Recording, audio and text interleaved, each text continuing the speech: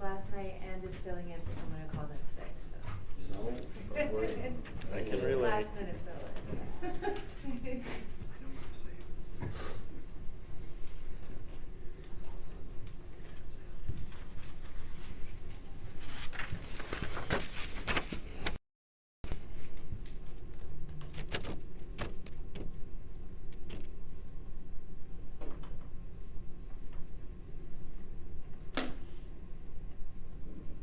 Go ahead. All right. Thank you all for being here today. Today, as we have the responders behind us from the fire on Arkwright Street on January 3rd, we'll have an opportunity for the responders to kind of talk about their individual actions. Definitely a very tragic event. So far, St. Paul Fire Department has had 4 confirmed fatalities to us from the events of that night. Looking back in our history, the last time we had a multiple fatality fire was in 2017, January of 2017. A female victim as well as a 2-year-old victim were casualties of that fire, as well as 2 other children that sustained significant injuries. So it is uncommon for us to have multiple fire fatalities from one fire, and to have 4 is incredibly just tragic. On average, about 2 to 3 fire fatalities a year at the city of St. Paul. So to have 4 again, January 3rd, or from the events of a fire on January 3rd, is incredibly tragic. So with that, I'm going to invite Chief Hanks up. Thank you. Thank you, everyone. As you can imagine, as I spoke to last week, or the last time we were together, this is a very difficult run, very difficult thing to process for ourselves. You can imagine the difficulty the Bang family has processing what they're going through. This run, it was different and it's unique. You know, in how we responded as a department is difficult to repeat in other areas of the country, other areas of the state. Having the amount of resources on scene, having the amount of paramedics on scene, 63 total responders, putting out the fire, making rescues, and then having the highly skilled paramedics on scene to treat the patients as they're coming out. It's very difficult to do in any department, and I couldn't be more proud of what our members did that day. Not to mention the response times. I talked about that already. Having a rig there in under 4 minutes, having 5 rigs there in under 5 minutes. It's an incredible feat. And other chiefs around the country, other chiefs around the state, firefighters around the country and the state understand what I'm saying right now, that is a difficult task to accomplish, and our department did it that day. We're different in how we respond. We not only do fire response, but we also do all of the EMS response, and that benefited our response that day. It benefited the rescues that day, how we train together, how we work together, and how it works out in the end for our responders and our response. It's, again, difficult to repeat in other areas. And so as the chief, my goal is to explain to our folks behind us, and you're about to talk to them, and I'm very protective of them. I'm their chief, and it's my goal and my mission to help them understand that they did everything they could. They did everything they could. They utilized all the training that they have been given. They worked together as a team, from the first in company to the last paramedic working on folks. They did everything they could. But the outcome is not always what we think it's going to be. And it's my job to continue to work with them so they understand that. So with that, again, I can't thank the support that's come our way as a department. From the leadership of the union that'll speak today, to the folks behind me, to Regents Hospital, to the mayor's office, to friends and family of myself. Everybody has reached out. And it's nice to get that support. It's something we're not used to, or we're not very good at accepting. Is the attention coming our way? But thank you to everyone who did that. And in closing, I thank the women and men of this fire department. I couldn't be more proud to be their fire chief. So thank you. As the chief mentioned, 63 responders. It'd be tough to get 63 people in one shot. So the folks that are up here are representing everybody that contributed to rescue or transport the day of the fire. So with that, I'll turn things over to Deputy Chief Tony Farina, who was the on-duty deputy. Good morning. As Chief Macoso stated, I was the on-duty deputy chief for the A shift on the morning of January 3rd. When the call came out roughly at 1:30 a.m., responded to scene. When I arrived on scene, initially it was a very difficult and challenging scene. Multiple rigs were arriving simultaneously, which resulted in a very coordinated effort between our fire suppression and our EMS crews, which allowed for the best outcome for the family as possible. It was very challenging, like I had said, and from what took place on scene and what I witnessed from the members of my shift and this department was outstanding. I'm going to follow up on Chief Inks to say it was unbelievable. I'm completely honored to stand alongside the men and women of this department, and the efforts that they put forward that morning speaks for itself. So, thank you. Captain John Rule. Good morning. I'm Captain John Rule, captain of Ladder 22. We were the first arriving ladder truck, so our job is search and rescue.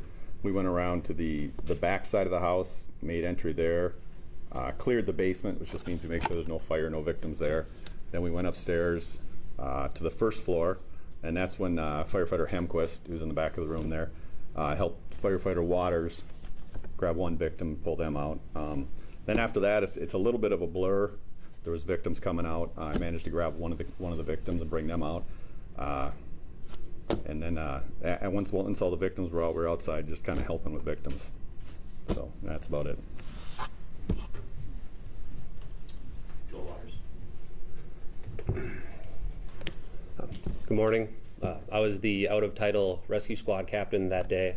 When we arrived, we were a few seconds behind Engine 17, which was the first rig that was there. Upon our arrival, we pulled a backup line to assist with fire attack. We pulled our line to the front door along with Engine 17, got the hose lines in through the front door. As that was going on, we also started to conduct our search of the house as well. I confirmed with our firefighters who were on the nozzle that we had the fire under control. Once we did that, I relayed that to command, and then I started to help out with the search as well. As I was doing my search, I linked up with some of the guys from Ladder 22, and then while we were searching, I came across the adult victim at that time, and along with myself and the help of firefighter Hemquist, who's also here, we were able to start to get the adult victim out of the house. Upon getting the adult victim out of the house, we relayed her to some of our EMS personnel that were outside waiting for us. I went then back into the house and confirmed with some of our other crews that if there's any other victims, to which case we confirmed that we had everybody out of the house to the best of our knowledge. Once that was confirmed, I went back outside of the house and then started to do EMS care with some of the victims we still had as we were waiting for more resources to arrive. Thank you. Firefighter Jake Briggs. Good morning. My name is Jake Ricks. I was working on Rescue Squad 1 the day of the fire. So we arrived just behind Engine 17. Engine 17 was in the process of deploying their primary hand line. The Auto Captain Waters tasked us with deploying the backup line. It usually only takes 2 people to do that, so as the third in the back of the squad, I went around to force the front door. I forced the front door of the residence while Engine 17 was still in the process of deploying their line. I reclosed that door as it's kind of standard to do, and in the gap, perfectly between when I forced the front door And when engine 17 had their line charged, it came over, the radio dispatch came over and said that there was an open line in the house and they believed that there were people inside. At that time, I chose to forego standard practice, and I entered the house alone before the first hand line had made its way in. At that time, I found the house to be completely zero visibility. There was moderate heat, but I could see kind of a trickle of fire through the smoke on the back wall of the living room. I navigated my way down. I found a partition wall, identified that as a kitchen. I made my way down that central hallway, and I searched in the front left bedroom, which was the bedroom adjoining the room that was on fire. Typically when we search from the fire outwards. So I went to the room that was closest to the fire. As I began that search, I found my first pediatric victim. I removed them from the home, handed them to a firefighter at the front door, and then I retraced my steps back to that room. At that time, Engine 17 and Squad 1 were still extinguishing the fire in the front room. I made my way past them again, back to that front bedroom, and I found my second pediatric victim there, not 5 feet from the first. And so I once again removed that victim to the front door, handed them off to a firefighter, and I made my way back in for a third time, and once again retraced my steps back to that bedroom, and I found my third victim in the upper level of the bunk beds there. I went to remove them from the structure and kind of repeat that same cycle, but when I got to the front side of the house, there was no one there this time. The scene had become chaotic and task saturated. It's not normal for us to have more than one or two. These are very extraordinary circumstances. So I found myself without anyone to hand this victim to immediately. There were people working on setting up fire suppression. There were people working on the victims already. And so I walked with this victim about a block and a half to the south, where I found EMS crews working on the prior victims. At that point, I removed my face piece and my gloves. I began doing CPR. I was handed an oral adjunct, and I placed that in the patient. I began doing CPR again, and that there were other crews that then met us there, and I handed off care back to them so I could work my way back to the house and continue searching. I ran into the 3rd District Chief on my way back to the house, and he said that there was still an adult victim that was unaccounted for, and he tasked me with looking for that person. And as I made my way back to the house, I found all these other victims that I was unaware of up to that point being given medical aid outside the front of the house. And I re-entered the structure to search for this adult victim, which we never found. We found it was not home. Then we kind of transitioned into our investigation mode. Firefighter Mason Conlon. Morning, I'm Mason Conlon. Like the two who spoke before me, I was assigned to Rescue Squad 1 that day as well. I was sitting in the middle seat, so it was my job to back up the hose line. 17s had beat us there by a few seconds, so they had the primary attack line. As we pulled the hose line to the front door, kind of aired over the radio that there was an open line and possible victims inside. And so we made our way inside. And I kind of known that firefighter Ricks had made his way ahead of us, but I had a thermal imaging camera and I could kind of tell the direction of which he went, and we were pretty comfortable with knowing where each other were. So the fire wasn't large. As you walked in the room, there was a couch right in front of you, and it was sort of to the left just when you walked in the door, and the hallway had been more off to the right, and that's where Ricks had gone. So we, along with Engine 17, we extinguished the fire, which was not a long not a long process as the fire wasn't very large. As that was going on, I looked to my right and I see, I noticed Rick's head came out with the victim and went back in. So I briefly checked that the fire was knocked with my thermal imaging camera, and me and my partner, Jared Massey, was in the back of the room. Continued down the central hallway, and I had noticed that Jake had went left, so we went right. We came to a bathroom first, opened the bathroom door. There's nobody in there, very small bathroom. And then we reached the end of the hallway and took a right. And there was a large bed in the room. Again, visibility was little to none. My partner, Massey, went to the left and I went to the right. About 6 feet into the room, found a pediatric victim on the floor. Picked the child up and brought them outside, handed them off to a firefighter in the front yard. Immediately went back, re-entered the structure, entered the bedroom. I had entered the bedroom across from the one I had entered previous. At the foot of a bed there, located under a blanket, I found a second pediatric victim and brought them outside. And like firefighter Ricks was speaking to, it was such a task-saturated scene that when I brought my second victim outside, there was nobody there this time to take that child. So without taking any of my stuff off or anything, I looked down the street and there was a group of firefighters and first responders doing medical aid on a group of pediatric victims, and I looked a little closer to me and there was 2 additional firefighters doing care CPR on a child and the adult victim. So again, I just laid my victim down right next to them and began chest compressions, waiting for a medic rig to arrive. Medic 22 arrived, and I then picked up the child and brought them to medic 22. After that, our crew kind of gathered in front of the home once we had known all the victims were removed, and I took off my face piece and stuff, and we began the investigation process. Thank you.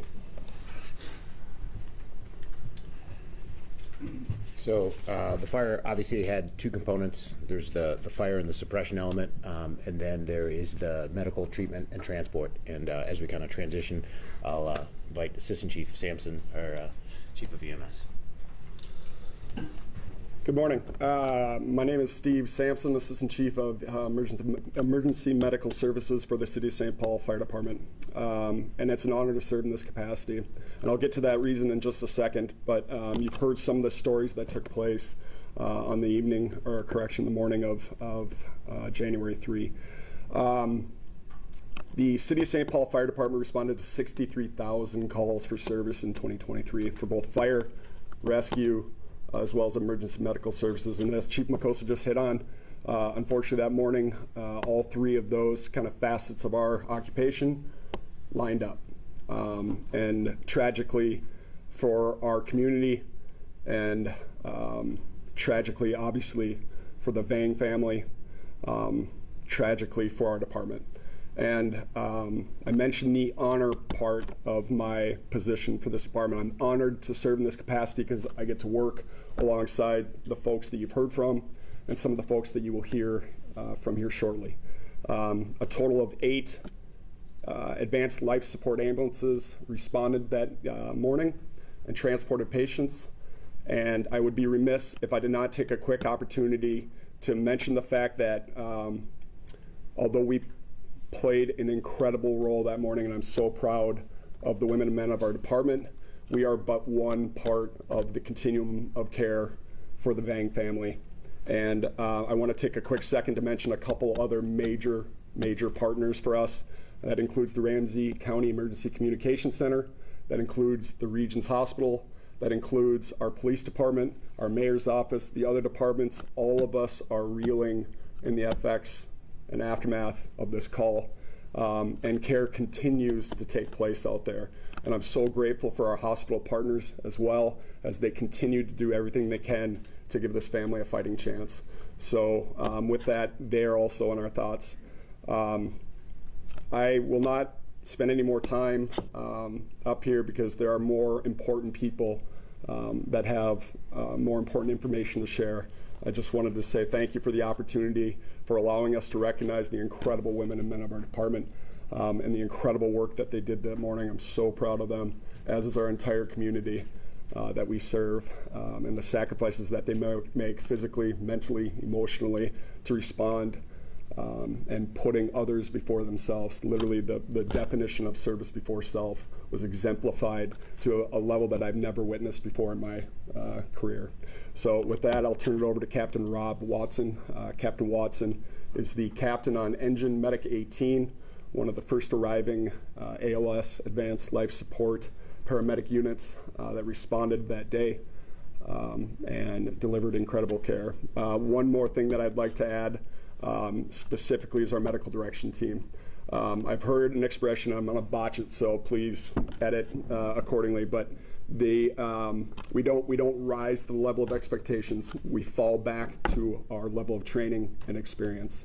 And we would not be in the position that we were. We would not have been able to impact that incident and this family as well as we did without the incredible support of our region's medical direction team, the hospital staff, again, like I hit in, our partnering hospitals, and the support we received. So with that, I'll turn it over to Captain Rob Watson. Hello, I'm Captain Rob Watson of Engine Medic 18. We were the first arriving medic company to arrive on scene. Shortly after Captain Rule was making entry, we announced our position, and I got out, told my crew prepare for an incoming victim. They were prepping gear in the back. I went out to try to locate our victim, and we had passed each other going around the fire truck and the ambulance. I returned back, and I found my crew performing resuscitation and assessment of the first victim, and it was fairly scary because here we have a young child that was, in a pretty rough spot. So my crew started resuscitation. We're working, and we get an announcement. I'm listening to the radio. I got my radio on, and second victim, door flies open. We have another victim arriving, second pediatric patient in kind of similar condition. We started resuscitation. Door opens again. Guys, you got room for a third victim. We're task saturated right now. We have 2 paramedics, 2 EMTs in the back of the ambulance. We're working, and I told my partner, I said, start handing gear out the side of the door. Whatever they need, give it to them. We made the decision to transport rapidly. We handed as much gear out the side door of the ambulance as we could. We packed up, and we kind of beat feet to regions. Gave regions a heads up that there are going to be multiple incoming victims from this fire, and we're going to be there momentarily. From the time, so we arrived at regions, and we didn't have enough stretcher space, so I decided to carry one of the victims into the hospital that would rapidly transport these patients into the care that they needed. So I carried one victim in, came back, and I said, hey docs, we got another victim coming in right now. And we brought the second victim in, and right around then, I think more medic companies were arriving on scene. Our total interaction time was 9 minutes from the time we arrived on scene to the time we arrived at regions. And we were pretty happy with providing that level of care to those people.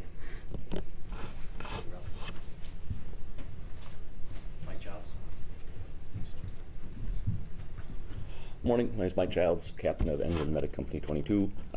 We were slightly farther out from the incident, and so we were one of the arriving medic rigs after Captain Watson's crew was there.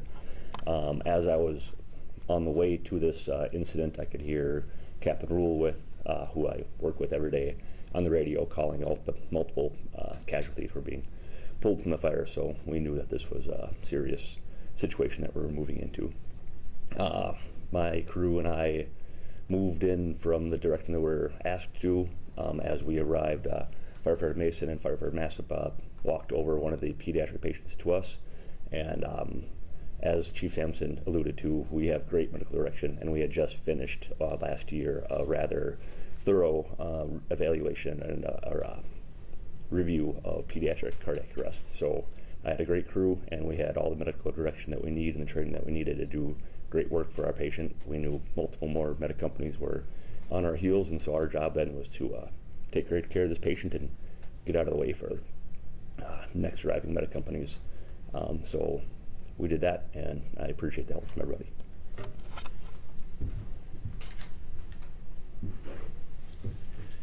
All right.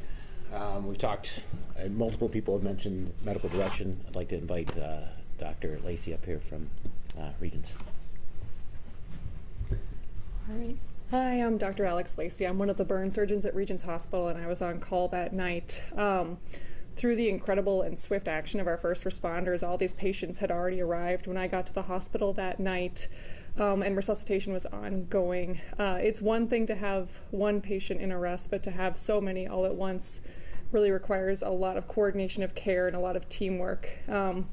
So through the work of our emergency department, our trauma department, our burn unit, and of course the pediatric ICU doctors, we were able to deliver the best care for this family. But it really was a huge team effort, and everyone was there and giving their all for the family. So it's been an ongoing process since then. Obviously, we've continued to provide care for the family, and we know sort of the fatalities that have happened so far, but I think we have got the best possible outcome given how much occurred to this family, and we also have the best possible outcome going forward because of how quickly and effectively everybody worked here to on that day. So I think you've seen it here from a number of our responders.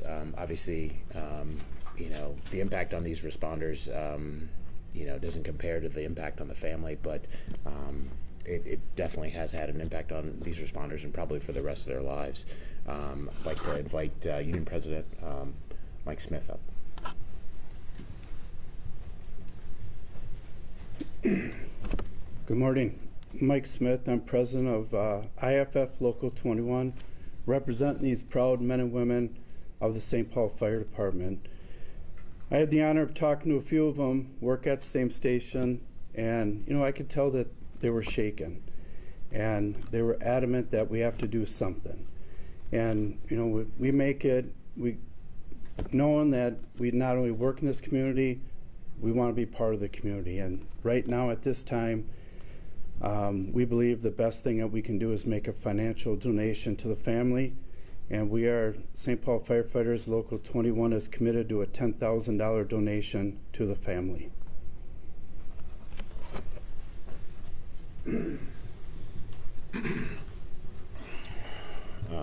Deputy Chief Mocoso, also the Chief Fire Investigator. I can talk a little bit about the fire investigation. The preliminary report indicates that the fire was accidental. As folks have already kind of spoken to, in regards to fire that we see, it wasn't relatively large. This was probably a larger EMS incident than it was an actual fire event. There was a number of things that contributed to the injuries and the fatalities. One being the potential lack of egress with kind of a walk, the first floor being above a tuck-under garage or a walkout basement. With limited egress, the victims would have had to come through the fire room to get out. We have worked with the ATF and also St. Paul Police in regards to the investigation. The ATF came in with their team, and they did an analysis of the electrical system, looking for arc mapping and whatnot, and determined that, to the best of their ability, electrical was not the cause of the fire. When we do investigations, we utilize the scientific methodology process where we're looking for competent ignition sources. And right now, again, the report is not final, but it does appear as if an unattended candle potentially was the cause of the fire. So I think everybody has spoken, and at this point, I would open things up to questions. There was a neighbor that said that one of the firefighters was doing CPR efforts on two of the children at once. Is that accurate at all? Was that one of the firefighters here, the two that spoke? Maybe they missed saw. I just wanted to ask. And obviously, not the best outcome that we had here, but there were lives saved. Do you take any solace in that you did the best you can, and that just some things are out of your control? Anyone who wants to talk? I think Firefighter Ricks and I have talked a little bit about this, and I'd invite him up to speak. Yeah. But again, yeah, I think that's an important thing that we look at as firefighters, right? I always say you can't put the train back on the tracks, you just deal with the wreckage. And we come when the wreckage is there, and we do our best job to help as best we can. And we train and we prepare and we study, and we hope the day never comes that we have to use all the training we have. But when it does, I was really, really thrilled with the response that this fire department was able to give.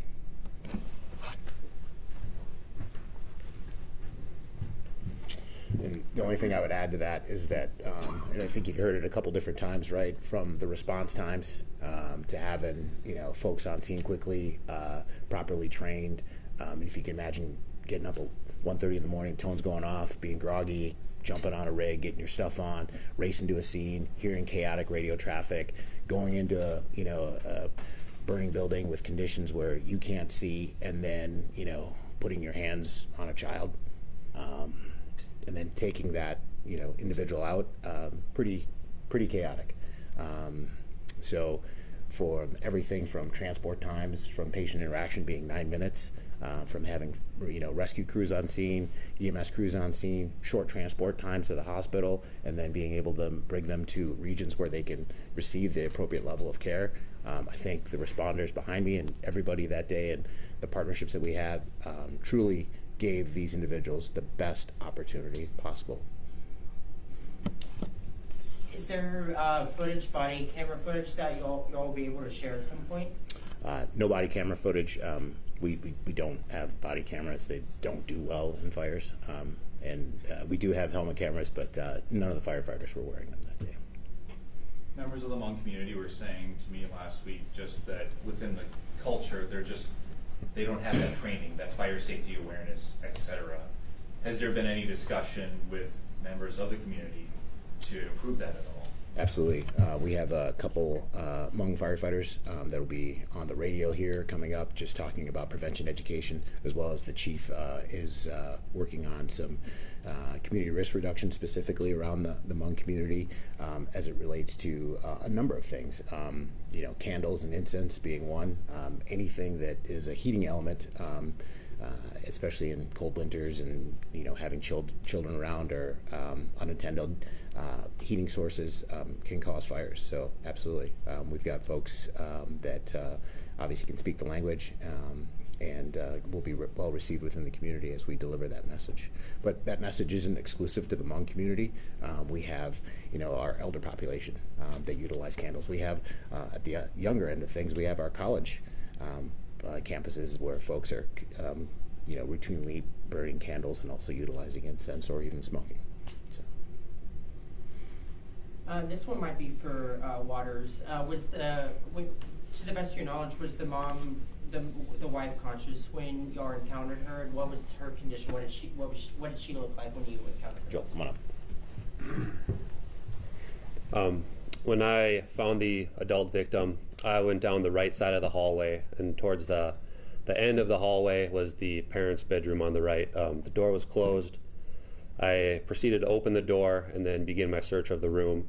Immediately, as I went to my knee due to the smoke, the high smoke conditions, right past the door is where I located the mom, or the adult victim. She was on the floor. At that point in time, the crew from Ladder 22 was right behind me. So myself and then firefighter Hemquist proceeded to start to get the adult victim out of the room and down the hallway and then out the front door to medical care. At that point, while all that's going on, at the same time, all our other firefighters that are doing search are finding other pediatric victims, and so we're all in a coordinated effort trying to get everybody out of the house. Was she speaking when you encountered her? No, she was unconscious at that time. Can we talk at all about how we found that it was a candle that was the cause? That's part of the investigation. So anytime you're looking at an area of origin, you're also looking at potential causes. So you're looking at competent ignition sources, things that could actually start that fire. And also looking at what potential first fuels could have been involved. So in this situation, we were looking at primarily either a candle or potentially electrical. again, we brought the ATF team in to assist with an analysis of the electrical system and doing some scans. For Rick's, can you describe which parts of the house, which rooms were on fire? I can probably speak to that, just having knowledge of the investigation. So the living room area was the area of origin. And in regards to prevention education, I think the big piece here is that always have an egress plan. To the best of our knowledge, it does look like there were working smoke detectors in the home, so the family would have been alerted of the fire, but having a solid egress plan would have been beneficial. Again, one with an egress plan for multiple children, something that's difficult, probably would need to be practiced, especially if it is involves going out a window that would be over an elevated space. So. This may be for Dr. Lacey. When it comes to the manner of death for the children who were involved, was that primarily from the actual burns, from smoke inhalation? Is there any clarification on that? Dr. Lacey, I invite you to come up here. I can't speak exactly to the medical conditions just due to HIPAA requirements. So I know there's been a lot of press online about the fatalities as they've occurred, but we can't speak to specifics right now at this time. That might be a question for the medical examiner's office. I think they did do one autopsy already. And I'd like to follow up too, just with what Captain Smith had mentioned about a lot of fellow firefighters, others being shaken. We're noticing the same from community members. I know a lot of you have children yourselves. Can you speak to just the impact that this has had on some of the consciousness of St. Paul residents and what you would advise for people who are kind of feeling what the family is feeling? So, open this up to. No? Okay. I think we've had a couple of events in not only January 3rd, but just this last week, having a May Day on University, the building that ultimately collapsed. I think our firefighters are a little bit shaken. I think we go to work every day thinking, hey, after shift, I'm going to be able to go do this, or I have to go pick up my kids, or I have to go do something else, right? And sometimes we take for granted what it is that we have to do in that 24 hours from the time that we relieve somebody till the time that we leave from shift. And I think you've seen some visible emotion from some of the folks, and these are, just some of the responders that were on scene that day. So this event will stick with them for the rest of their lives. We had an after-action review that occurred Monday of this week, where folks had an opportunity to talk through the events. I know our peer support team has been in use in regards to everybody process things differently, right? What might impact me may not impact you. So we're fully aware of that as well. So it's something that we're going to continue to keep tabs on, and that outpouring of really wanting to do something more has led to the contact with Local 21 and firefighters pushing to make a donation. And initially, that donation was a smaller amount. And every time I've spoken to Captain Smith, that amount has gone up. So, all right. If there are no other questions, thank you for your time today. Thank you all.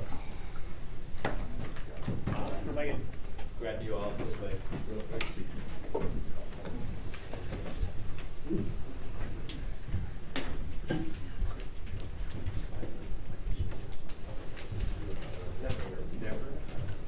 I was looking at your font there. Hey, they're all wrapped up here.